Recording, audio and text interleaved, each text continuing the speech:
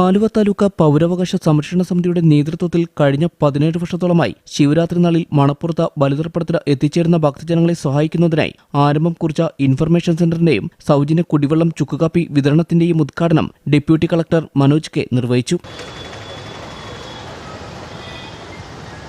ഇതുപോലെ ഇത് ഈ ഒരു പ്രവർത്തനം മാത്രമല്ല, ഇവരുടെ ഈ സമിതിയുടെ പലവിധത്തിലുള്ള മാനവികമായ പല കാര്യങ്ങളും ചെയ്യുന്നത് നമുക്കറിയാവുന്നതാണ്. അത് കൂടുതലും ഇവിടുത്തെ ഈ പ്രദേശത്തെ ആളുകൾക്ക് അതുമായിട്ട് ബന്ധപ്പെട്ട് കൂടുതൽ വ്യക്തതയുമുള്ളതുമാണ്.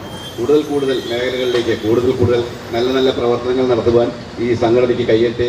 ഇതിൻ്റെ എല്ലാ ഭാരവാഹികൾക്കും എല്ലാ അഭിനന്ദനങ്ങളും നേരുന്നു. ഈ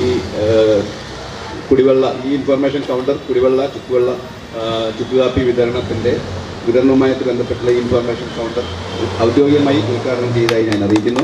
തുടർച്ചയായി 17 വർഷക്കാലം ശിവരാത്രി നാളിൽ മണപ്പുറത്ത് ബലിതർപ്പണത്തിന് എത്തിച്ചേരുന്ന ഭക്തജനങ്ങളെ സഹായിക്കുവാൻ മുന്നോട്ട് വന്ന പൗരസംരക്ഷണ സമിതിയുടെ പ്രവർത്തനം മാതൃകാപരമാണെന്ന് അദ്ദേഹം പറഞ്ഞു. President P K. മുകുന്ദൻ അധ്യക്ഷത വഹിച്ചു. നഗരസഭാ ചെയർപേഴ്സൺ സൈജി ജോളി മുഖ്യപ്രഭാഷണം നടത്തി. സെക്രട്ടറി സാബു പരിയാരത്ത് സ്വാഗതം പറഞ്ഞ ചടങ്ങിൽ Vazhakulam block panchayat president Lissy Sebastian, Federal Bank Aluva main branch manager Dino Chinnandi Painadath, K Jayaprakash, Joseph Puthussery, Dominic Kavungal, Haneefa Kuttoth, Babu Kulangara, Basheer Pariyarath, Johnson Mulavarikkal, Musthafa Edayappuram, Sulaiman Ambalaparamba, P K. Mohanan, Abbas Thoshibapuram, Shareef Kuruppulan, P C. Natarajan, M. Shajahan, Aksar Sulaiman, A V. Muhammad Basheer, Mohan Rao, V X. Francis എന്നിവരും ചടങ്ങിൽ സംബന്ധിച്ചു.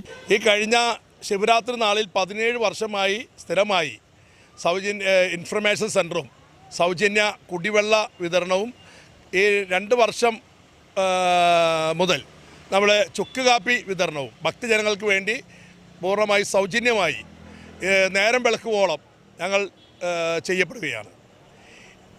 പൗരാവകാശ സംരക്ഷണ സമിതി ചെയ്യുന്ന ഈ സേവന പ്രവർത്തനങ്ങൾ അതിനെ സ്പോൺസർ ചെയ്യുന്നത് ഫെഡറൽ ബാങ്കിൻ്റെ CSR ഫണ്ട് ഞങ്ങൾക്ക് വളരെ അനുയോജ്യമാണ്.